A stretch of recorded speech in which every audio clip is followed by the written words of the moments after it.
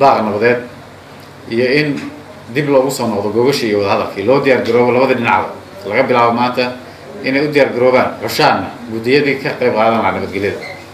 iyadoo ay soo gaarayaan oo wafdiga qayb ka noqon doonaan oo iyagu iman doonaan madax dhaqameedyo iyo guurti ka socota Jamhuuriyadda Soomaaliland oo caasimadda ka soo ambaxaysan loo iman doonto gudida guurtida iyo madax dhaqameedyada oo ahaan doona kuwa technically ama farsamo ahaan ka shaqeeya nabadeynta iyo suuqeynta beelaha taa marka laga tago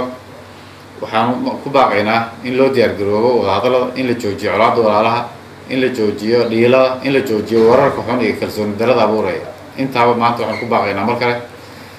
marka taa laga tago waxaan isla garan in la soo saaro awaamiir cusub oo lagu dhaqmayo laga bilaabo maanta awaamiirtaas oo ah in deegaamada ay wada joogaan labada deegaan beelood ee colaaddu ka dhacday ama ay ka aloosan tahay ciidamada qaranka Jamhuuriyadda Soomaaliland ay ku dhamaadaan ay ku dhanyihiin halka ciidamada joogaan aan laga aqbali doonin in dhacdooyin dambe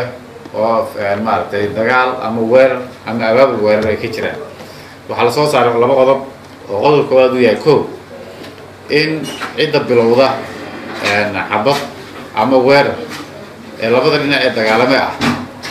in ciidamada qaranka Jamhuuriyadda Soomaaliland ay gacan adag ku qaban doonaan dhinacna ka noqon doonaan iyadoo maartay ciidamadu ay gacan adag ku qabanayaan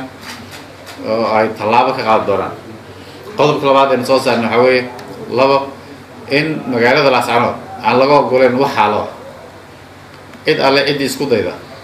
ama fuulisay fal ka dhanaan nabadgelyada oo la xiriira waxa ka dhacaya deegaamada darkeegeeyo iyo la xiriira deegaamada ay colaadii jirtay in loola macaamili doono si ka baxsan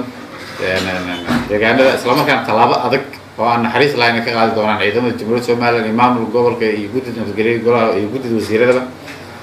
kuwaas oo aan tallaabo adag ka qaadi doono isla markaana aan raacin doono haddii ay xakameyn waayaan waayeelka labada dhinac ciddii falkaa geysata labada qodob ayaan go'aansanay waana awaamiir cusub oo loo dhaqan gelinayo la fulinayo cidna aan lagala tashanayn wassalaamu calaykum waraxmatullaahi wabarakaatuh